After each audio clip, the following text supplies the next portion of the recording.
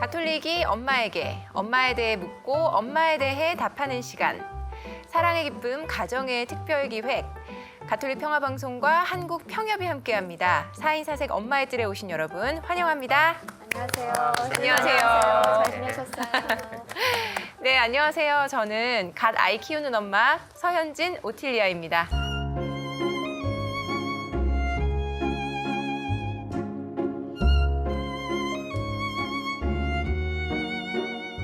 안녕하세요. 한창 애 키우는 엄마 천진아 미카엘라입니다.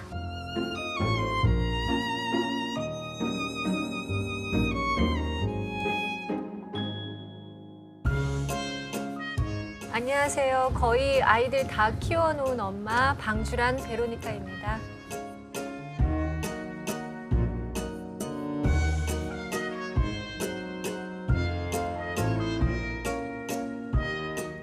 네, 안녕하세요. 저는 아이 다 키워놓은 엄마 박지원 요세피나입니다.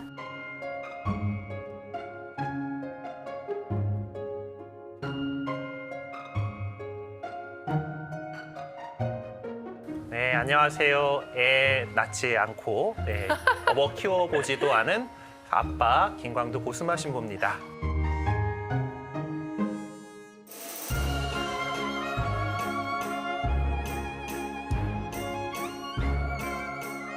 네, 자, 이렇게 우리 4명의 엄마 그리고 아이를 낳아보지도 키워보지도 않은 한 분의 사제와 함께하는 방송입니다. 우리 엄마 이야기 4인 4색 엄마의 뜰 벌써 5번째 시간인데요. 오늘은 또 다른 주제로 서로 다른 엄마들이 엄마에 대해 이야기하고 더 그 이해를 깊이 해보는 시간을 마련을 해봤습니다. 시청자 여러분들께도 먼저 질문을 드려요. 자녀와 여러분은 얼만큼 소통을 잘하고 계신지 궁금한데요.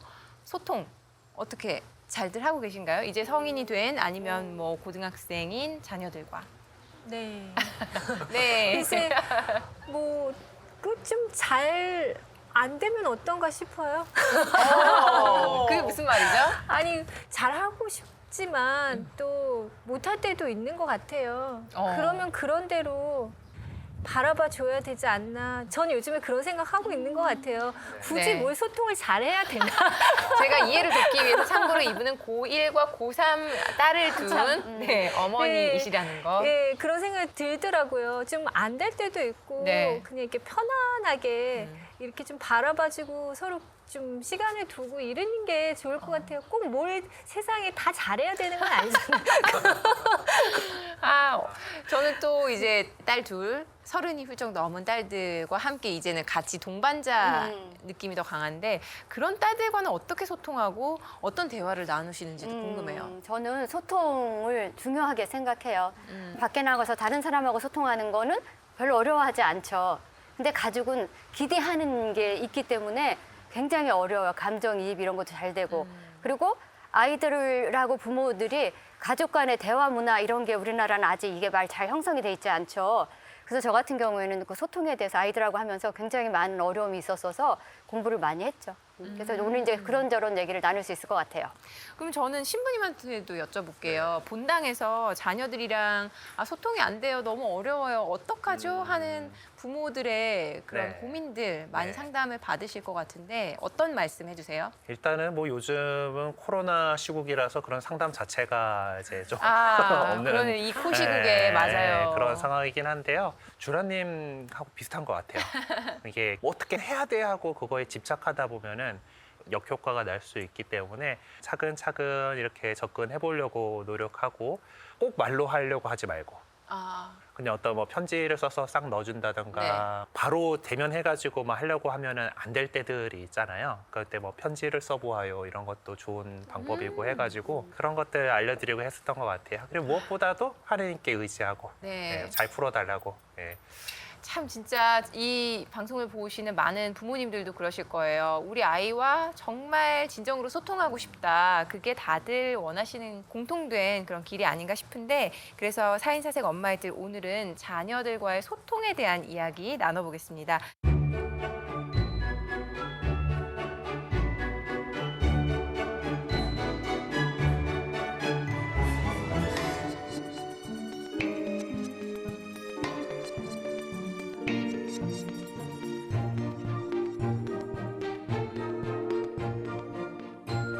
오늘도 한 분께 2개씩 질문 사탕을 드렸는데요. 어떤 질문들이 들어있는지 우리 한번 보겠습니다. 어떤 분이 첫 번째 질문을 뽑으셨을까요? 제가 첫 번째 질문이에요. 아이가 뱃속에 있을 때 그리고 갓 태어나 말이 통하지 않을 때 어떻게 소통하셨나요? 이거는 저랑 진아님이 맞아요. 우리를 겨냥한 질문이에요, 이게. 어떻게 소통을 했을까?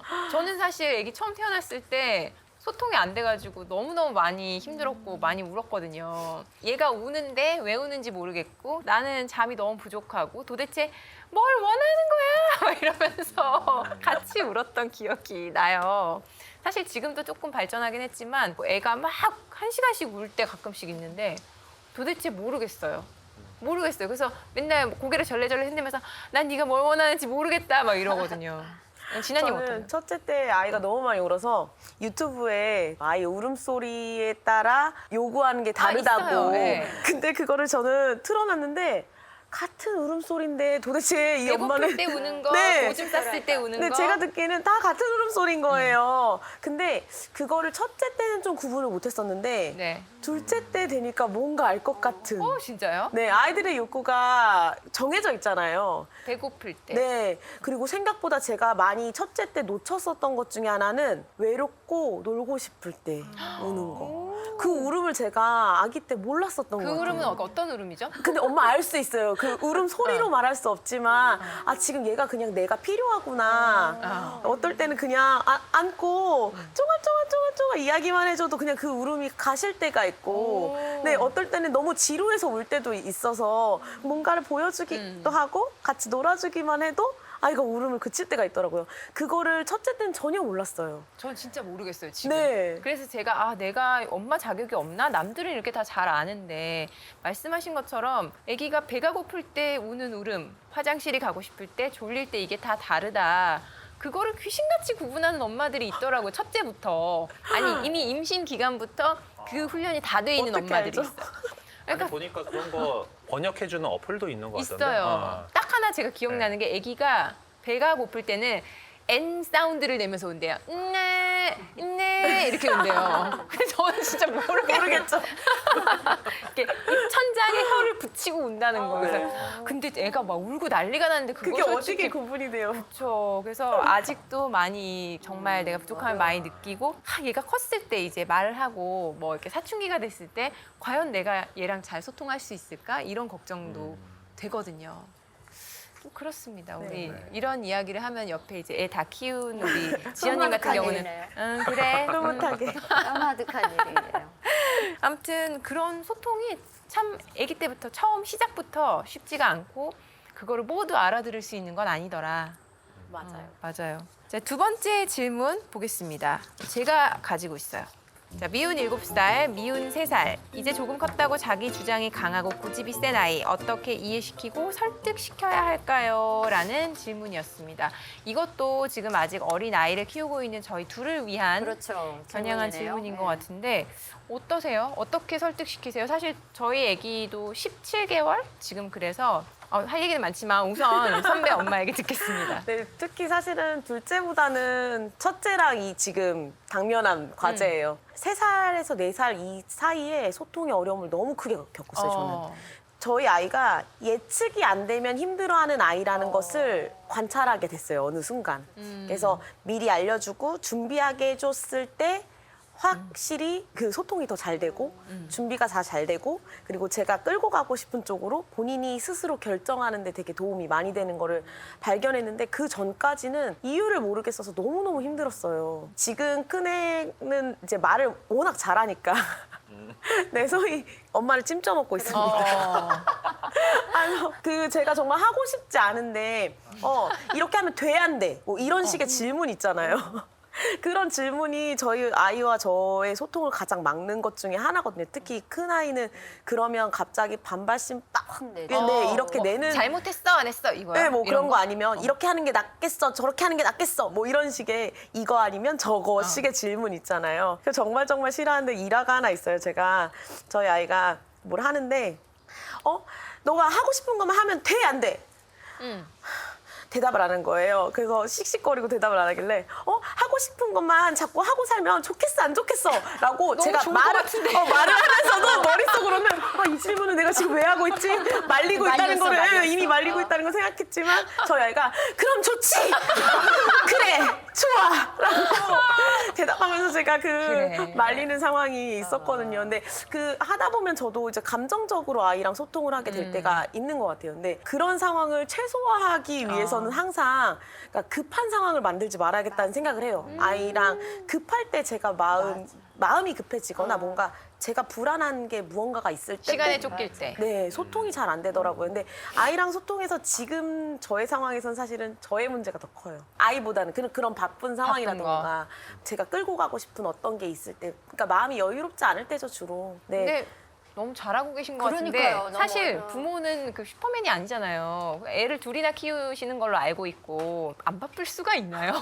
매일매일 너무 시간과의 전쟁이고 이런데 맞아요. 예. 우리 애기 같은 경우는 고집이 좀 생기기 시작하면서 이제는 그런 건 있는 것 같아요. 진짜 좀 강압적으로 하면은 반발, 그 조그만 것이 반발을 해요. 정말. 그래서 되게 웃기시죠. 저도 믿을 수가 없다니까요. 17개월이 뭘 안다고. 근데 확실히 든 생각은 뭔가 첫째랑 똑같이 강하게 밀어붙이면 안 되고 협상을 해야 되는구나. 협상. 말을 잘 듣고 이 아이가 선택을 하게끔 만들면 훨씬 편안하게 스무스하게 넘어가더라고요. 그래서 벌써부터 17개월부터 이 자녀 교육의 어려움을 알고 이 첫 번째, 두 번째 질문을 우리가 대답을 하면서 계속 이렇게 엄마들 눈치를 보게 되는 건지 근데도 다 그런 과정 거쳤죠. 없어요. 잘하고 있는 선생님. 건가? 예. 정답이 어디 그때 있겠어요. 말이에요. 네, 그러면서 잘하고 있는데. 정말 이 소통이라는 게 정말 애기, 갓난 애기 때부터 이제 돌 지나고 17개월, 3살, 4살 때도 쉽지가 않다. 근데 저도 어렴풋이 다른 건 기억이 잘 안 나는데 지나고 나서 놓쳤던 것이 아이들은 말을 하지 못하잖아요. 어렸을 때는 아이들은 말을 못하는데 그렇죠. 그럼에도 불구하고 비언어적인 표현으로 아이들은 하고 있거든요. 꼭 이제 우리가 말로서 소통을 하는 게 아니라 아이가 그럴 때는 그냥 이렇게 품어서 스킨십을 해준다거나 신용이라든가 행동을 함으로써 한다든가 같이 손을 잡고 이걸 원하니 이런 식으로 비언어적인 그 메시지를 눈여겨서 보고 그랬으면 그때 훨씬 많은 교감이 이루어지지 않았나. 근데 그런 차원에서 생각을 하면 너무 그걸 못하고 살았더라고요, 저는. 맞아요. 근데 지금 분들은 다 너무 잘하시는 거예요. 비언어적인 거를 보면은 실마리가 풀리는 경우가 되게 많거든요. 근데 그걸 보려면 평소에 정말 아기한테 되게 집중을 하고 있어야 그러니까. 되는데 너무 저는 핸드폰에 집중. 정말 그 소통과 집중, 서로에 대한 집중에 방해를 하는 요소들이 너무나 많다는 그래, 거. 맞아요. 그렇습니다. 진짜 어려워요. 자, 세 번째 질문은 어느 분 사탕 속에 들어있을까요? 네, 저입니다. 네. 내 아이는 초등학교 입학 후 학교 생활, 친구 이야기를 잘 털어놓았나요? 나는 그 이야기를 잘 들어주는 엄마였을까요? 아이의 말을 들어주기보단 잔소리를 더 많이 하는 엄마였을까요? 이 두 가지 질문으로 나뉘는 것 같아. 그 경계 어디쯤에 서 있었던 것 같아요. 이야기를 들어줄 땐 네. 들어주고 또 잔소리 할 땐 하고. 그렇죠. 굉장히 이상적인데요. 아니, 중간 어느 선. 저는 과거 아이 어렸을 때 소통의 문제 얘기하면은 그런 생각이 들어요. 이거는 내가 너무 좀 부족했어. 엄마가 좀 부족해서 아이한테 상처를 주지 않았을까?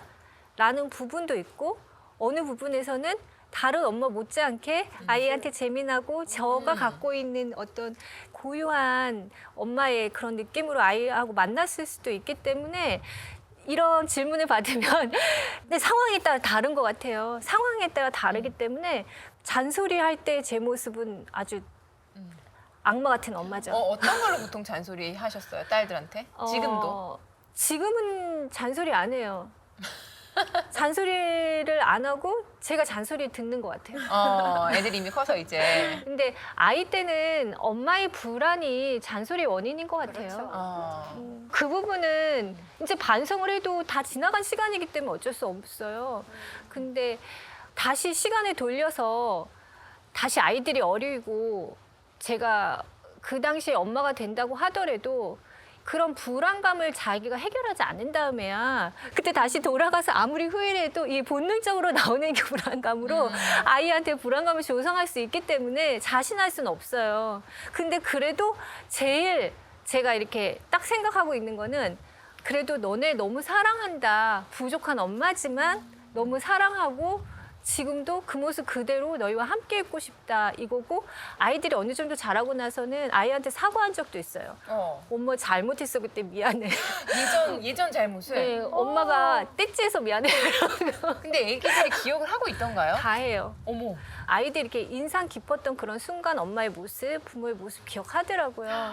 그게 상처로 남을 수도 있고 기쁜 순간도 물론 있겠죠. 그래서 한쪽으로 치우쳐서 나는 그런 엄마였어. 나는 뭐 이런 거 하기보다는 사람은 변화하고 성장하는 거기 때문에 엄마가 그때 실수했어도 미안했다. 이렇게. 근데 지금 지나고 나셨으니까 그 얘기를 하신다고 하셨는데 저희 같은 경우도 선배 엄마 이야기를 듣고 나는 저렇게 안 해야지라고 생각하지만 말씀하신 것처럼 너무 불안하거든요. 네, 맞아요. 네. 왜냐면 내가 안 가본 길이고 우리 애를 지금 처음 키워보는 거니까. 네. 자식 일이다. 저희 모든 어머님들이 그 순간순간에 자기가 이렇게 정도만 이렇게 넘어가지 않으면은 그 아이를 사랑하는 마음, 누구보다 사랑하는 마음 바탕이 있기 때문에 그 진실은 통하지 않을까 싶으니까 자신감들을 가졌으면 좋겠어요. 인연이 되는 것 같아요. 네. 네. 지연님 얘기도 듣고 싶어요. 저는 이제 저희 아이들 같은 경우는 제가 일을 하니까 친구처럼 자랐어요. 제가 일찍 낳고 두 딸이니까. 근데 이제 일을 하다 보니까 뭐가 문제냐. 아이들이 힘든 일을 얘기를 하질 않는다는 거예요. 그냥 일상적인 얘기, 학교에서 무슨 일이 있어서 이런 얘기는 시시콜콜 잘 하는데 엄마 나 이런 것 때문에 요즘 고민이야. 이런 것 때문에 학교 가기가 싫어. 이런 얘기를 너무 본인들이 절제를 했다라는 거예요. 그건 굉장히 저는 상처라고 생각하거든요. 굉장히 빨리 아이들이 어른이 된. 네, 어른이 것 됐죠. 같아요. 집안에 이제 어려운 문제도 많았고 저는 몸도 아픈데 나가서 일을 하고 그럴 때 놓칠 수 있는 것이 진짜 어려움에 대한 얘기를 할 수 있을까? 그게 가장 가까운 엄마와 아빠와 집에서 그게 이루어지지 않으면 타인하고도 내가 진짜 힘들 때 나 이거 좀 도와줘. 나 이거 힘들어. 이런 얘기조차 못해요. 그래서 저는 그 부분에 대해서 굉장히 마음은 뭐 미안하고 주라님처럼 그때는 내가 그런 부분을 알았으면 그랬을 텐데 정말 미안해. 진짜 어려움을 그렇게 엄마, 부모한테 속 시원하게 털어놓는다는 게 당연히 부모 아니면 누구한테 얘기해라고 그러니까요. 하지만 어려운 일인 것 같다는 생각을 지연님 이야기를 들으면서 했어요. 왜냐면 저 같은 경우도 저희 부모님한테 어렸을 때 생각해보면 학교에서 나 얘 때문에 조금 힘들어. 친구 때문에 힘들고 그래서 학교에 가기 싫어. 이런 이야기를 한 번도 해본 적이 없어요. 근데 이렇게 직선적이면서 아주 솔직해 보이는데 또 그래 그건 안 그래요? 보이는데 부모님이 걱정하실까 봐. 그렇지. 다른 걱정들도 많은데 내 걱정을 얹고 싶지 않은 거예요. 그러니까 참 어떻게 보면 아유 기특하다라고 할 수도 있지만 그게 건강하진 않은 것 같다는 생각이 그렇지, 들어요. 애어른 같은 마음이죠. 그렇죠. 네. 그럼. 기쁨도 그리고 힘듦도 다 이제 나눌 수 있어야 진정한 소통인데 맞아요. 저뿐만 아니라 많은 특히나 이 대한민국의 딸들이 그러지 않을까라는 저는 생각을 하거든요. 좋은 모습, 든든한 모습만 보여주고 싶고 내가 막 약한 모습은 부모님한테 안 보여주고 싶은 게 저는 어릴 때부터 좀 그랬었던 기억이 나서 그게 약한 힘든 이야기도 하는 게 좋지 않을까? 부모 자식 관계라면 이라는 것을 깨달은 게 저는 40이 넘어서거든요. 그랬어요. 그래도 일찍 깨달으신 거예요. 그래요? 그거를 막 시간 넘고 갱년기가 지나서 막 품고 있으면 나중에 안 좋은 방법으로 드러나지 억울하지. 그럴 수 있을 것 같아요. 근데 그 사람은 누구나 자기를 표현하고 싶고 자기의 어떤 어려움이 있으면 나누고 싶은 마음이 들잖아요. 근데 저도 비슷한 그런 경험들을 떠올리면서 제가 사실 결심했었던 건 그러니까 누군가가 이제 내 어려움을 지금 들어줄 수 있는 상태인가 우리가 살피게 되잖아요. 맞아. 지금 내가 이 얘기를 꺼내도 되나? 근데 제가 너무너무 좋아하는 선배 한 분이 있는데 그 언니는 아이들이 엄마 하고 부르면 일단 하던 것을 놓고 이렇게 그래. 쳐다보더라고요. 근데 저는 제가 그 모습을 보고 너무 깜짝 놀랐어요. 제가 엄마 꽁무니를 따라다니면서 이 얘기를 지금 할까? 지금 아닌가? 이따 할까? 그렇게 망설였던 그 순간들이 떠오르는 거예요. 그 모습을 보고. 사실은 이렇게 말하면서도 또 그 설거지를 하면서 쳐다보지도 않고 뭐 핸드폰을 하면서 쳐다보지도 않고 했었던 저의 모습이 또 떠올라요. 근데 아이가 저한테 뭔가 말을 걸려고 하는 순간에 놓치지 않고 다 놓고 일단 맞아. 쳐다봐 주는 거. 그게 소통의 시작인 것 같아요. 그거를 해야겠다라는 생각 다시 한 번 했어요. 지금 이야기 들으면서. 얘기를 듣는데 네. 제가 제일 자주 하는 말이 잠깐만 이거거든요. 맞아요. 애기가 저도 뭐 그래요. 그러면 잠깐만 엄마 금방 갈게 이거거든요. 저도 그래요. 반성합니다. 그 아드님이 그대로 크면 나중에 어디 회사 가서 잠깐만 그러면 뭘 잠깐만이야 막 이렇게 맞아. 얘기할 수 있겠다. 그럴 수 있어요. 그러니까.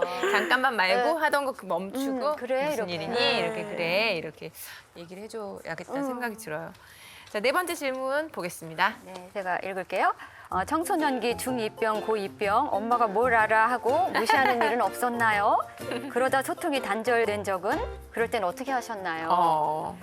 저 같은 경우는 사춘기가 우리 아이들이 없었어요. 뭐 있을 수도 없었죠. 빨리 힘들어도 어른이 본인들이 됐다. 알아서 독립적으로 해결을 하고 부모를 이해해야 되고 큰애 같은 경우는 조금 짜증이나 이런 게 표현을 했었거든요. 그럼 너는 왜 이렇게 짜증이 나냐 했는데 둘째는 언니가 그런 모습을 보면 엄마가 왜 그래 이렇게 하니까 알아서 딱 안 하더라고요.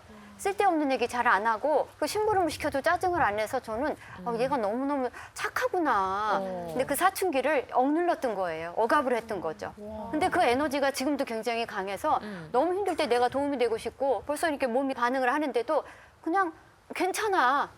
괜찮지 않은데 괜찮아 이렇게 얘기를 하더라고요. 그래서 저는 그 사춘기 때 막 집도 나가보고 가출도 좀 해보고 몰라도 가출하면 나도 기절했겠지. 그러면 안 근데 돼. 짜증도 좀 내보고 힘들다고 화도 내보고 그걸 겪어야지. 그렇지 않으면 나중에 몇 배의 상처가 돼서 부모한테도 언젠가는 그거를 할 수밖에 없어. 어느 정도의 좀 폭발. 나중에 폭발하더라고. 대학교 가서 이게 웬일이야? 뭐 너 착한 애 아니었었니? 막 이러면서 사춘기가 없었기 때문에 이제 그게 그 뒤로. 그 얘기 듣다 보니까 이제 방송에서는 얘기 써도 될지 모르겠지만 지랄 총량의 법칙이라고 해가지고 맞아. 그러니까 인간이 갖고 있는 지랄의 그 총량은 딱 있기 때문에 그걸 갖다가 적절히 그 분출해야 해소가 되는 분출을 거야. 해줘야 되는데 그 사춘기 때 이게 억압돼가지고 그걸 못하면은 나중에 엉뚱한 나이에서 그게 터진다라는 거예요. 더 심각해질 미숙한 거예요. 방법으로 그것도 그렇죠. 그거네요. 그거가 딱 들리는 땡땡 거죠. 총량의 맞아, 법칙? 맞아. 네, 진짜. 중2병, 고2병. 상상만 해도 막 눈물이 날 것 같고 지금 엄마 하면서 나를 따라다니는 그 애기가 문캉 닫고 들어가면 울 거예요. 엄마가 뭘 알아! 막 이러고 현재적으로 막 저 이제 눈물이 날 것 같아요, 그러니까. 진짜. 저는 엄마가 뭘 알아? 뭐 이렇게 이 문장 그대로는 안 들어도 눈빛 하나에서 액션 너무 하나에서 느껴져. 그런 느낌이 다 무시의 느낌이 딱 느껴지면 그 순간 이렇게 하고 그래 엄마부터 무시해라. 왜냐하면 이거 연습해야 된다. 엄마가 선을 넘는다고 해야 되나? 네. 내가 통제하려고 하고 어떤 대상이 나를 이렇게 계속 이끌려고 하는 그 느낌에서 아이가 차단을 하는 그런 연습을 해야 연습. 된다고 생각하거든요. 좋아요. 그래서 아유 이럴 때가 됐나 보다. 그런다고 하니까 그냥 그럼 순례대로. 엄마한테라도 이 질량의 법칙라든 그런 것들을 해소하지 않으면 얘가 어디서 연습을 하겠느냐. 그래서 집에서부터 그냥 그렇게 맞아요. 해라. 허용을 하는 거지. 내가 엄마라는 걸 제가 넘어서진 않을 거다라는 믿음이 있는 거죠. 부모 자식 간에. 그러니까 저러다가 기분이 풀리면 엄마 미안해. 뭐 이렇게 나중에 돌아서서 하죠. 하더라도 그때까지 좀 기다려주자. 알았어. 이렇게 해줘 그냥. 알았어. 엄마 진짜 뭘 알아. 근데요. 처음부터 그랬던 건 아니고요. 그 아이하고 대립하고 그래봤자 그냥 아이의 성장에 내가 통제하려는 욕구인 것 같아요. 그것도 그냥 맞아요. 내 테두리 안에 가두고 내가 아이들을 이렇게 내가 생각하는 길로 갔으면 좋겠다고 하는데 지금 하느님이 자유 의지해 주셨잖아요. 아이가 하고 싶은 거 네. 어느 정도 선까지는 그냥 이렇게 바라봐주고 기다려주는 게 하느님이 저희 다 기다려주시잖아요. 그쵸? 네, 맞아요. 저희 부족하고 다 이상한데 다 기다려주시는데 네. 아유 그거밖에 없는 것 같아요. 그냥. 근데 진짜 제가 그 상황이 되면은 물론 기다려 주신다는 건 맞긴 하지만 나는 하느님이 아니야 이러면서 이제 그렇죠. 저는 이제 같이 싸울 수도 있을 것 같다는 생각이 드는데 아니 저희 초등학교 고학년 때 네. 좀 말을 안 듣기 시작했는데 엄마가 마음의 준비가 안 된 거예요. 내 품 안의 자식인 것 같고 얘가 왜 이러지? 할 때 저는 아이 통제하려고 방송에서 얼마 전 등짝을 손바닥으로 쫙 때린 적도 있어요. 문 닫고 정신 차리라고 막 이렇게 엄마 왜 안 네, 들어? 반발이 더 심해지죠. 그러면 사이만 안 좋아지는 거죠. 서로 저도 이제. 상처가 되고. 예. 그러니까 이게 지금은 그런 시간들을 조금 거쳐가지고 이렇게 할 때 이야기할 때 아 그냥 기다려주고 알았어 엄마가 미안해 이렇게 한다고는 하지만 다 과정이 있으니까 지금 현재 모습이 내가 생각할 때 나 별로야 엄마 별로고 얘는 또 왜 이래 그럴 때도 있지만 그걸 통해서 또 반성하고 또 공부하고 이러면서 발전하고 성장하는 걸 이거 너무 실망하지 않으셨으면 좋겠어요. 근데 진짜 너무 지혜롭게 그 시기를 버텨내신 이야기를 하셨는데 사실 뭐 이런 시기를 겪으면서 자녀도 그렇지만 부모님도 굉장히 많이 힘드실 것 같다는 생각이 저는 들거든요. 아이들 때문에 엄마가 상처를 받기도 하고 이런 엄마와 자녀들에게는 어떤 해결책을 주실 수 있을까요, 신부님? 뭐 저라고 해서 해결책을 드릴 수는 없을 거예요. 근데 기본적인 거는 우리가 상처를 입게 되잖아요. 어느 관계에서든지. 근데 그 상처를 잘 다스리고 또 잘 아물게 하고 덧나지 않게 하는 것들이 제일 중요한 부분이라고 생각해요. 아이하고 나하고의 관계에 있어서도 그런 것 같아요. 그러니까 아예 그냥 관계를 안 하면은 상처 입을 일이 없겠지만은 사랑하기 때문에 가까이 가면은 찌른다라는 거예요. 상처를 입힌다. 그러니까 우리 사실 그런 존재들이기 때문에 찔리고 그렇지만은 사랑하고 살아가야 되는 건데 그럼 그 상처를 어떻게 잘 다스릴 건가? 저는 그래서 가능하면은 우리 엄마들도 혼자서 해결하려고 하지 않으셨으면 좋겠다. 그래요, 예. 맞아요. 학교 엄마들이든 성당 엄마들이든 같이 좀 이야기 나눌 분들 그런 관계들을 마련을 하시고 또 이야기를 하시고 그리고 뭐 전 그런 사람이 없다 그러면은 예, 저희 같은 신부나 수녀들을 활용을 해주세요. 예. 그래야 되겠네요. 열심히 들어는 드릴게. 그러니까 내가 해결책은 못 드리지만은 네. 열심히 들어는 드릴 수 있으니까 아유. 그리고 그거를 가장 잘해줄 수 있는 분은 사실 하느님이세요. 예.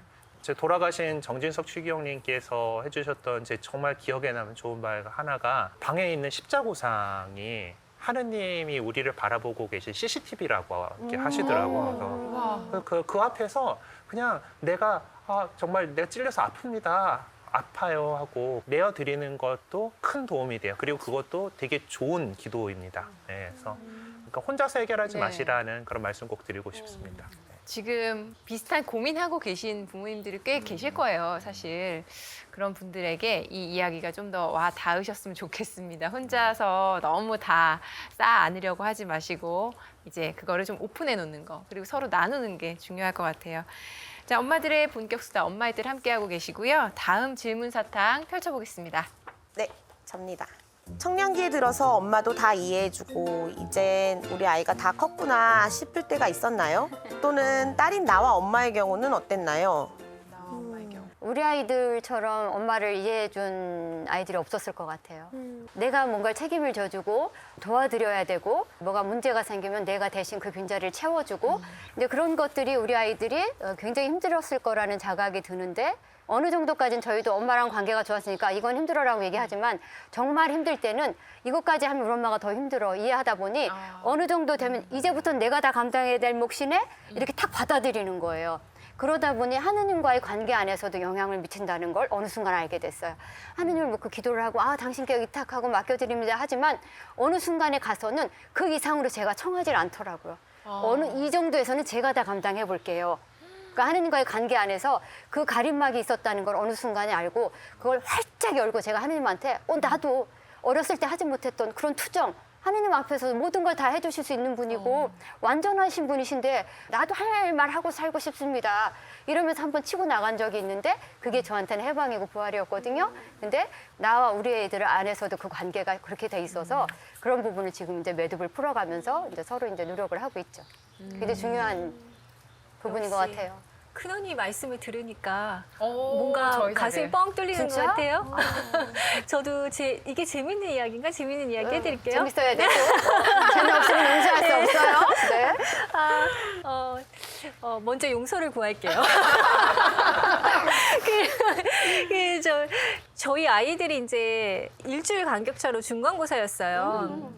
그래서 뭐 공부야 지들이 하는 거니까 하면서 이렇게 된 데까지는 저도 많이 성장한 거죠. 뭐 점수 하나에 연연하고 그런 그렇죠. 엄마였거든요. 그렇죠. 근데 애들만 중간고사를 본 게 아니라 저도 중간고사를 봤더라고요. 애들 일찍 오지, 밥해줘야 되지, 네. 신경 써줘야 되지. 맞아. 그 저도 애들 시험 끝났는데 자기네들 뭐 친구 만난다 그러고 둘째는 뭐 머리 염색하니까 엄마 미용실 같이 가달라 그러고 큰애는 영화 보고 싶다는데 친구가 약속 어겼다고 같이 보러 가자 그러고 제가 그걸 다 해준 거예요. 비가 주룩주룩 오는데 근데 갑자기 저 눈물이 나는 거예요. 그래서 딸한테 그랬어요. 엄마도 중간고사 끝났단 말이야. 나도 좀 엄마도 좀 쉬게 해줘. 너무 공감됐어. 엄마들이 너무 공감될 것 같아. 그럴 때 우리 큰딸이 뭐라 그랬냐면 엄마 하고 싶은 거 해. 착한 딸이다. 엄마 하고 싶은 거 해. 그래서 내가 그래 엄마 하루만이라도 엄마 혼자 있고 싶어. 그랬더니 우리 딸이 그럼 엄마 아침 이제 학교 내려다시는 막 바쁜 시간이었는데 엄마 그러면 공휴일 때 둘이 어디 여행 갈까? 걔가 고3이라고요. 그래서 제가 얼굴 딱 보고 얼른 들어가. 그래서 아, 엄마 혼자 가고 싶구나? 그러더라고요. 또 그래서 얘가 컸구나. 그럴 때 예. 그러고 나서 내심 걱정했어. 이 철없는 엄마를 어떻게 해야 되나. 고3인데. 아니 너무 건강한 관계라는 생각이 들지 그래서 않으세요? 밤에 애가 학원 갔다 올 때까지 마음이 조금 제가 남았어요. 아이고 이 철딱선이 내가 끝까지. 근데 저는 아니야. 저 이제 그렇게 살기 싫거든요. 엄마의 감정을 아이한테 표현하고 싶어요. 엄마도 힘들었다. 저는 그렇게 마음에 좀 담고 있었거든요. 그래서 저녁 먹었어? 뭐 이렇게 뭐 해주려고 그랬더니 애는 아무렇지도 않은 거예요 또. 엄마! 막 이러면서 그래가지고 뭐 여행 얘기 쏙 들어갔더라고요. 그래서 혼자 가야겠다. 이제 다 컸구나 했을 때가 엄마 왜 울어? 도대체 무슨 일이야? 나한테 얘기해줘. 뭐 이런 게 아니라 얘기 안 해도 돼 엄마. 그래 엄마 힘들구나. 뭐 이런 식으로 뭐 먹고 싶은 거 없어요. 진짜 다 키웠다 얘기하고 생각 나니까 너무 창피하네요. 들어요. 아이, 부럽네요, 아무튼. 네. 진짜 저희는 이제 한참 애 키우는 엄마로서 언제 그런 날이 오려나 곧 와요. 곧 와요. 그런 생각도 들면서 내가 우리 엄마를 이해했었던 그래. 엄마로 하여금 아 이제 다 컸다라는 생각이 들게 만들었었던 건 언제였을까라는 생각을 해보면 저는 진짜 지연님 따님들처럼 되게 일찍부터 이제 엄마를 이해하려고 하는 스타일이었어가지고 저도 한 중고등학교 때쯤이었던 것 같아요. 그냥 제 일은 제가 알아서 다 하는 스타일. 저는 딸 셋의 막내임에도 불구하고 남들이 보면은 대한민국의 장녀 같은 느낌인데 그러는 거예요. 전형적인 장녀 모습이라고. 그게 되게 칭찬으로만 받아들이고 나는 그치 어리광 부리고 이런 거 없이 내 할 일 잘 알아서 잘 하는 스타일이야라고 살다가 어느 순간 그게 진짜 자꾸 저는 아쉬운 소리를 못하는 사람이 된 거예요. 누구한테 내가 힘들어. 나 이거 안 하고 싶어. 이런 이야기를 솔직하게 못하는 사람이고 속은 힘든데 그래 그거 괜찮아. 내가 할게. 나한테 맡겨줘. 이런 식으로 계속 저한테만 이렇게 쌓아가는. 그래서 이러다가 터지겠다.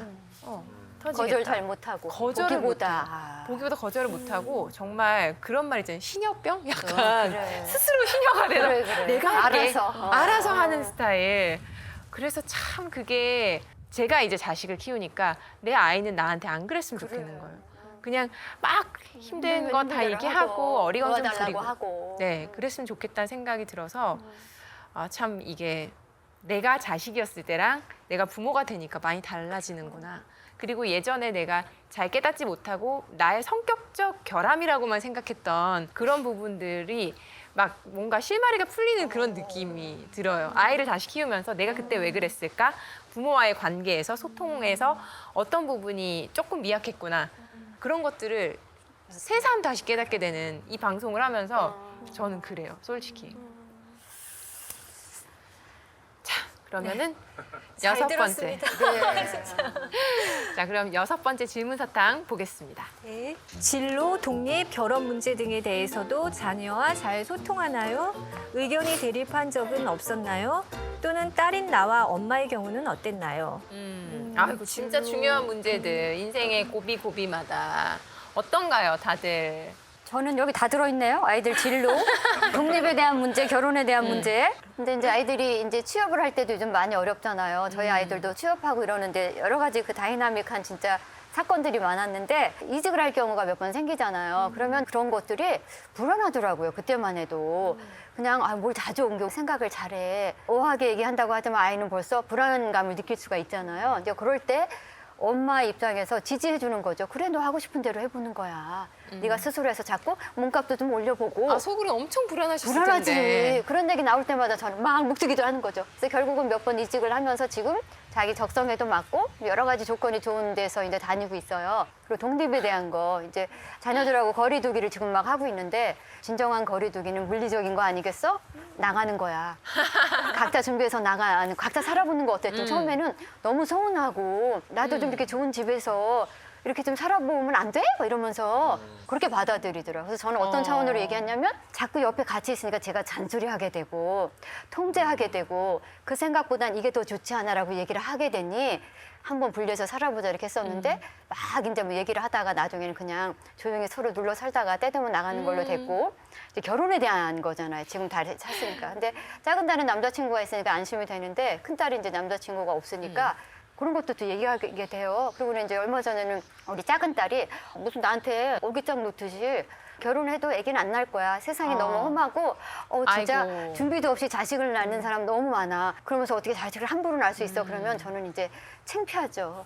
저도 이제 애들한테 뭐 좋은 모습으로 엄마로서 키우지 못했고 엄마가 너무 이렇게 힘들게 가정을 지키고 그러니까 뭔가 하고 싶다는 마음을 들지 않게. 그거보다 우리 엄마처럼 저렇게 막 치열하게 살면서 뭔가를 희생을 해야 되면 나는 자신이 없다 이런 생각도 들었대요. 네. 그러니까 그 얘기 들으니까 제가 막 통탄이 되는 거예요. 그래서 신부된 입장에서 애를 안 가지겠다고 하면은 결혼 못 시키는데. 그래서 제가 너무 소통을 잘했어야 되는데 너 그렇게 하려면 결혼하지 마. 뭐 누구 귀한 집 아들 뭐 저거 하게 생겼니? 네, 이러면서 아이고, 그랬죠 아이고. 또. 아이고 소리 나오죠. 그랬는데 어느 분한테 물어보니 네. 이렇게 얘기해야 되는 거래요. 어쩌다가 그런 생각을 하게 됐어? 그럼 얘기를 쭉 듣죠. 그러고 나서 그래 지금은 생각이 그렇지만 또 바뀔 수도 있겠지. 네 생각을 존중한다. 이랬어야 되는데 몇 줄도 안 되는 걸 그 말을 근데 못해가지고. 정말 로봇 발연기처럼 나올 것 같다는 생각이 들어요. 저도 어떻게 하다 그런 생각을 하게 되었니? 근데 속으로 막 부글부글 막 끓고. 그래서 집집마다 이런 네. 소통이 뭐 저희 집뿐만은 아닐 거예요. 어려워요. 그래서 엄마가 역할을 잘하는 게 중요할 것 같아요. 결혼 안 하겠다 아니면 애를 안 낳겠다 그런 이야기를 하셨다니까 제 경험을 말씀을 드리면 저도 되게 늦게 결혼했거든요. 38 말에 결혼을 했거든요. 그래서 40에 애기 엄마가 됐는데 진짜 저희 부모님은 제가 딸 셋의 막내이기 때문에 더 가능한 거기도 한데 언니들을 먼저 결혼을 시키셨잖아요. 그러니까 제가 결혼을 하든 말든 따님들 같은 생각을 제가 가지고 있었어요. 그런 생각을 가지고 있든 얘기를 하든 말든 그래 너 알아서 해라 이렇게 하시니까 오히려 해야겠구나. 나는 하고 싶은데 더 늦기 전에 애도 출산이란 것도 한번 해보고 싶은데 막 이런 생각이 들면서 그렇게 옆에서 뭐 이렇게 말리고 아니면은 뭐 왜 그러냐, 왜 네. 그런 생각을 하냐. 그런 것보다 그거야말로 의도치 않은 진정한 소통이 아니었나. 맞아. 그러니까 이제 결국에 본인이 할 때 되니까 하게 되더라고요. 그래서 따님들도 그래서 변화의 제가- 여지가 있어요. 그래서 제가 내가 네. 그거를 제대로 내가 소통을 하지 못한 것 같은데 미안하다 그랬더니 요즘에는 네. 뭐 하나 좀 놔볼까 뭐 이렇게 또 얘기하더라고요. 그렇게 된다니까요. 이제 나이가 들면서 또 생각도 좀 바뀌고 네, 나머지 두 분께 한번 들어보고 싶어요. 저는 부모님하고 늘 작은 것도 상의하는 편이었던 것 같아요. 근데 상의를 한다는 게 어떤 것을 도와주십사의 상의는 사실은 아니었어요. 그래서 어떤 면에서는 통보죠. 맞아요. 그 얘기 하려고 그랬어요. 네. 엄마 나는 이렇게 할 거야. 아빠 나는 이렇게 할 거야. 근데 그것에 대해서 부모님이 한 번도 안 된다. 이게 더 낫다. 뭐 그런 이야기를 하신 적은 없었어요. 저를 많이 믿어주셨던 것 같아요. 근데 지금 돌이켜서 생각해보면 제가 저희 아이한테 과연 그렇게 믿고 그래 한번 해봐라 이런 이야기를 할 수 있을까? 과연? 그쵸. 네, 제가 청소년 친구들 만나면서도 그 친구들의 이야기에 가끔은 포커페이스를 유지하려고 애를 쓰지만 안 돼. 이렇게 네 저도 모르게 그렇게 반응할 때가 있거든요. 근데 또 하물며 제 자식이면 얼마나 더 그러겠어요. 뭐? 말도 안 되는 소리. 말도 안 된다는 그게 표정에 담겨 있어. 그렇죠. 그죠? 그런 아우라를 풍기지 않고 그렇게 그래 한번 해보려 너의 의사를 존중한다 할 수 있을까? 늘 생각해요. 그래서 연습을 지금부터 해야겠다는 생각을 하는 거죠. 지금부터 그런 날이 왔을 때 포커페이스. 너는 그렇게 생각하는구나. 맞아요. 네. 이 나중에 생각이 바뀔 수도 있을 거야. 네. 이 연습을 저도 오늘 이 이후로 한번 해보도록 하겠습니다. 그런 시행착오 속에서 엄마를 성장을 시키더라고 우리 아이들이. 맞아요. 그땐 내가 이런 소통을 잘못했구나. 그럴 수도 있지 이러면서. 예. 자, 이번에는 7번째 질문 사탕 보겠습니다. 자녀와의 소통 문제로 남모르게 소가리를 한 적이 있으신가요? 어떻게 그 문제를 풀어 나가셨나요? 네. 우리 선배 엄마들의 지혜로운 경험담 듣고 싶은데요. 소가리는 계속 쭉 했던 것 같아요. 그게 어떤 때는 굉장히 크게 다가오고 어떤 때는 작은 일상 안에서 작게. 근데 이게 소통 문제인지는 모르겠지만 소가리를 했던 때가 큰애 이제 고2 때 그때가 이게 절정이었던 것 같아요. 네. 그걸 통해서 아이랑 저랑 많이 성숙되고 저도 그걸 계기로 네. 이게 성찰을 하게 되고 그런 거예요. 엄마나 부모는 아이한테 좋은 걸 해주고 싶어서 아이가 뭘 먼저 선택하기 전에 미리 딱 그 앞에 내어주는 경우가 있어요. 이게 실례지만 공부든. 구체적으로 어떤 부분 때문에 그렇게 소가리를 소가리를 하셨는지. 좀 개인적인 부분인데 아이가 이제 진로 문제일 수도 있고 이제 학교를 너무너무 열심히 잘 다니고 모든 것을 다 훌륭히 했었어요. 근데 네. 어느 순간 번아웃이 오더라고요. 아, 자기가 진짜 좋아하는 게 뭘까 그리고 나는 어떤 사람일까 이러면서 아이도 성장하는 계기가 있었던 것 같아요. 그럴 때 이제 그런 것들을 바라볼 때 너무 낯설었고 두려웠고 그랬는데 그런 것들을 제가 옆에서 같이 겪으면서 아이 옆에서 있어주면서 결국 공부도 중요하고 미래 당장 눈앞에 대학도 중요하고 그렇지만 우리 한 템포 쉬어가자. 인생 길다. 이거밖에 답이 없더라고요. 아이의 마음을 안아주는 거. 내가 그동안 얼마나 안아줬었나. 자기 반성도 되고. 하느님이 진짜 그런 시간을 주시는 것 같아요. 회복할 수 있고 그 성장할 수 있는 그 고통의 시간은 곧 그 은총의 시간이라고 그러는데 그때는 너무 힘겹고 눈물로 이제 기도를 했었던 것 같아요. 지금은 이제 새로운 전공을 정하고 자기가 해보겠다. 내가 엄마 진정 좋아하는 건 이거야 라고 찾아준 것도 너무 감사하고 그렇죠. 그걸 통해서 제가 깨달은 거는 아이 어릴 때서부터 고등학교 될 때까지도 시간이 너무 많고 갖가지 선택할 것도 많고 그리고 또 아이가 변화하고 성장할 기회도 되게 많으니까 여유를 가져야겠구나. 지금 일일비에 할 일이 아니구나. 그리고 아이들은 또 언제 어떻게 변할지 모르고 그래서 그런 걸 통해서 엄마도 성장을 하고 저도 감히 내려놓은 건가? 라고 지금도 얘기할 수는 없지만 이 마음속에 단단한 애고가 있어요. 우리 아이는 누구보다도 사랑받는 아이였으면 좋겠고 성공하는 아이였으면 좋겠고 행복한 아이였으면 좋겠다라는 거. 부모의 따뜻한 사랑이기도 하지만 아이한테는 그게 넌 특별한 아이가 됐으면 좋겠어라는 그래야지 고생 안 하지. 근데 그거는 또 아닌 것 같은 거예요. 그거를 깨달았어요. 조금. 그러면 지연님 이야기 한번 들어볼까요? 소통에 문제가 생겨서 소가리를 했을 때 저를 바라보면은 내가 원하는 대로 아이들이 반응해주지 않거나 나와 다른 생각을 얘기할 때예요. 그리고 엄마의 입장이라는 게 이게 이해받지 못하고 그러는 거 아닌가 그런 생각이 들어서 이제 화도 나고 이제 그러죠. 그럴 때 한 발 물러서서 기도하면서 생각을 해보면 주로 어떤 때냐면 아까도 얘기했지만 엄마는 좋은 것을 다 주고 싶어 하는데 저는 유난히 더 좋은 것을 주고 싶어 하는 컴플렉스인 것 같아요. 예를 들면 제가 어느 수도원에서 어느 신부님하고 둘이 미사를 하게 됐는데 거기는 그때 성녀를 주셨어요. 빵과 영양성체를 주셨는데 너무 좋죠. 큰딸을 빨리 오라 그런 거예요. 그래서 제가 좋으니까 딸이 와서 같이 둘이 하면 얼마나 좋아. 그래서 안 온대. 내가 거길 왜 가? 일요일도 아닌데 이러는 거야. 그래서 내가 그때만 해도 막 아파서 기도할 때니까 아니야 용돈 줄게 얼른 와봐 이제 이런 거예요. 그러니까 애가 이러면서 안 올 줄 알았더니 왔어 또 용돈 받으려고. 그래서 왔어요. 그래서 둘이 앉아서 미사를 하는데 이제 이렇게 서로 이렇게 주잖아요 이거를. 그래서 둘이 이렇게 줘서 우리 아이들이 제가 워낙 잘 케어하지 못해서 상처가 있다고 생각하니까 좋은 것으로 얼른 치유가 되고 회복됐으면 좋겠다는 욕심인 거죠.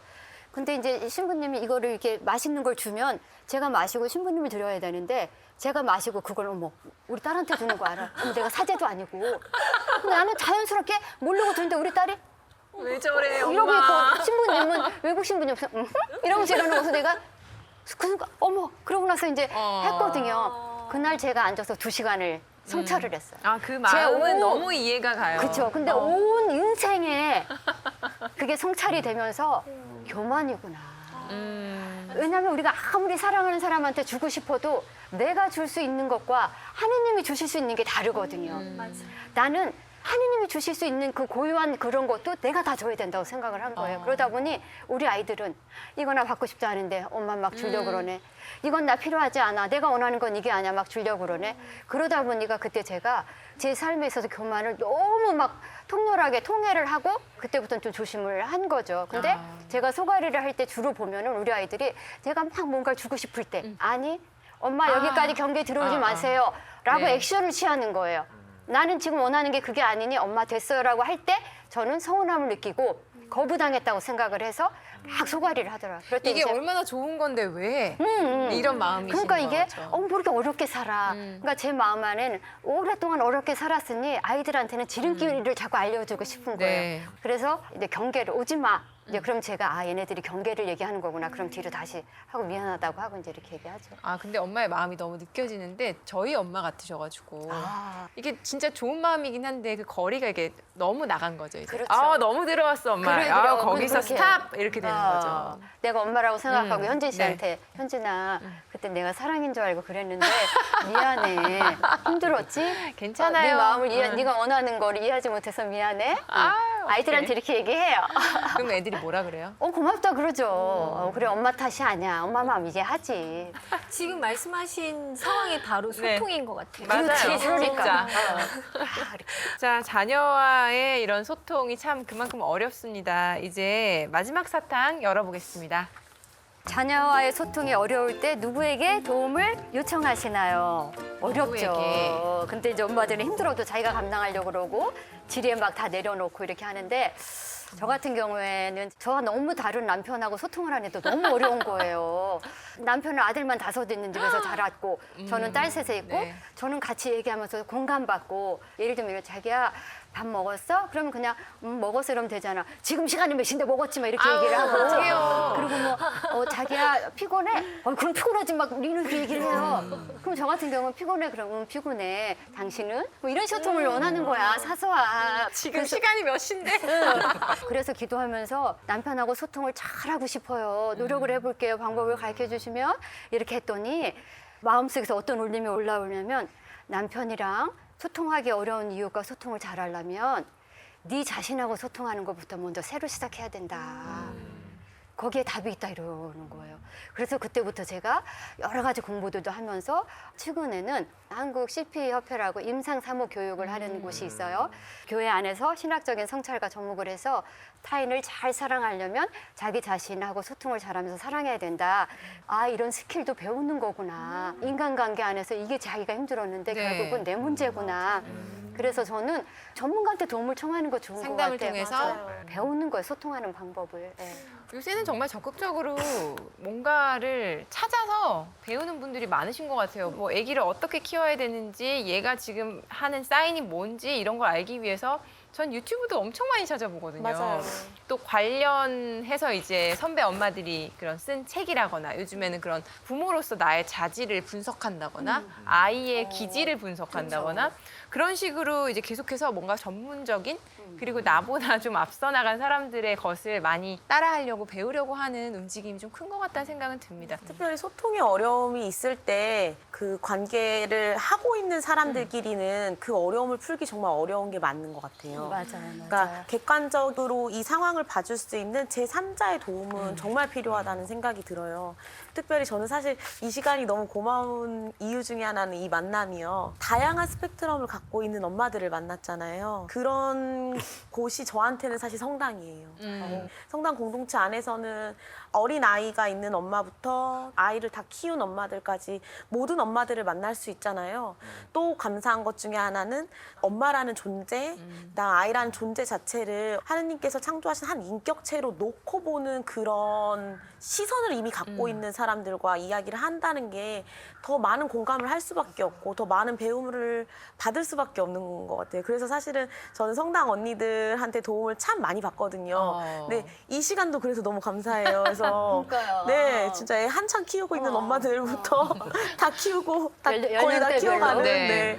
엄마들이 있어서 너무 감사해요. 앞으로 저희는 선배 엄마들한테 좀 힘들 때마다 도움을 받도록 네. 하겠습니다. 진아님이 이렇게 성당에서 이렇게 많이 이렇게 배우고 이렇게 했다고 하는데 그런데도 용기를 못 내시는 분들이 많은 것 같아요. 젊은 부부들이 이렇게 성당에 나와가지고 관계 맺고 하면은 또 많은 것들을 풀어주실 수 있어요. 그리고 무엇보다도 우리는 그 신앙 안에서 모이는 사람들이기 때문에 하느님께서 주신 그 사랑을 작든 크든 그 기본으로 깔고 있는 사람들이니까 더 깊은 나눔으로도 들어갈 수 있을 거고 그래서 우리 젊은 부모님들 용기를 내셔서 성당에 함께 네. 성인 공동체에 올라오시는 것에 대해서 너무 걱정하지 않으셨으면 좋겠어요. 우리 또 네. 신부님도 깨알 이제 네, 성당 홍보 네.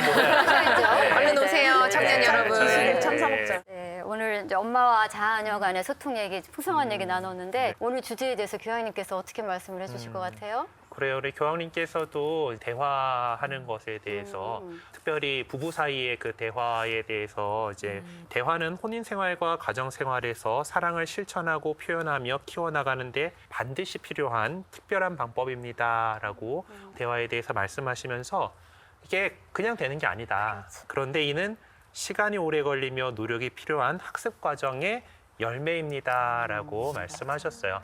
그러니까 우리가 안 돼 하고 멈출 것이 아니라 계속해서 노력하고 배워나가려고 노력해야 되는 부분이고요.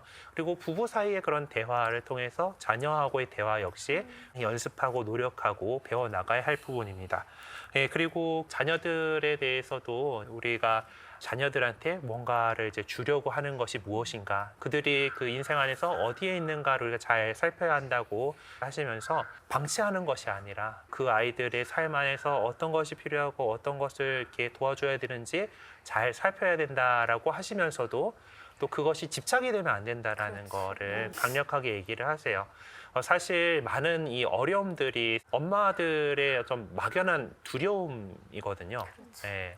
아이들이 어떻게 될 것인가, 또 이렇게 좀 되었으면 좋겠는데 뒤처지면 어떡하나, 이제 그런 두려움들을 갖고 이제 아이들을 바라보다 보니까 뭐라도 더 해야 되는데 얘는 안 따라오는데 그러니까 조급해지고 기다려주지 못하고 어떤 파국으로 치닫게 되는 그런 상황들이 발생하는 겁니다. 그래서 아이들을 믿어주시고 자신을 믿으시고 또 하느님을 믿으시고 또 하느님께서 이끌어 주실 거라고 또 믿고 또 그리고 내가 어떤 일을 잘 할 수 있을지 또 하느님께 필요한 것들을 물어보셨으면 좋겠어요. 네. 그러니까 중요한 말씀 해주셨는데 내가 주려고 하는 거가 아니다라는 거, 하느님께서 주실 거는 하느님께서 주신다라는 거 기억했으면 좋겠습니다.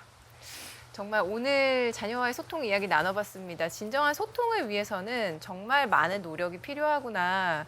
그리고 자녀와의 소통에 앞서서 가장 가까운 내 배우자와의 소통도 정말 중요하구나라는 생각이 들면서 집에 가서 좀 시도를 해봐야겠다. 너무 애만 보느라 배우자는 좀 무심했구나라는 생각도 들면서 네, 개인적인 소감을 한번 남겨봅니다. 가톨릭 평화방송과 한국평협이 함께합니다. 사랑의 기쁨 가정의 해 특별기획 4인 사색 엄마의 뜰. 오늘 저희 순서 여기까지고요. 다음 이 시간에 다시 찾아뵙겠습니다. 함께해 주신 여러분 고맙습니다.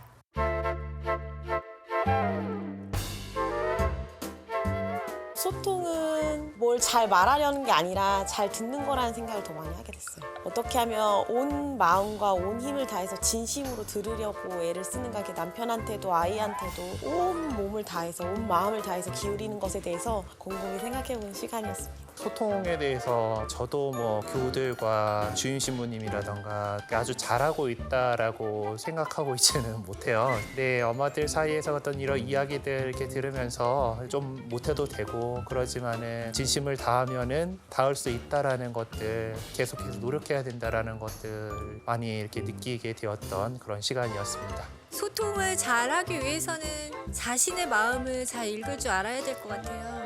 내가 지금 어떤 마음인지, 나의 욕구가 무엇인지, 나는 지금 어떤 감정을 느끼고 있는지를 먼저 살피는 거. 자신의 감정을 억누르면서는 분노밖에 나오는 경우가 많더라고요. 제 경험상. 그래도 돼요. 그래도 너무 슬퍼하지 마세요. 다 잘 될 거예요. 자녀와의 소통에 앞서서 우리 남편과의 얼마나 깊은 소통을 하고 있나. 결혼 초반에는 되게 잘했던 것 같은데 어느새 아기 낳고 키우면서 좀 많이 소홀했던 부분이 있거든요. 좀 더 예전처럼 다시 노력을 해야겠다는 생각을 했던 그런 시간이었습니다. 아이들하고 소통을 하면서 너무 이렇게 주려고 한다든가 해결하려고 한다든가 주고받는 것에 대해서만 중점을 둘 게 아니라 그들이 소통을 먼저 적극적으로 할 때까지 좀 기다려주는 그런 마음가짐이 필요하다는 걸 배웠습니다.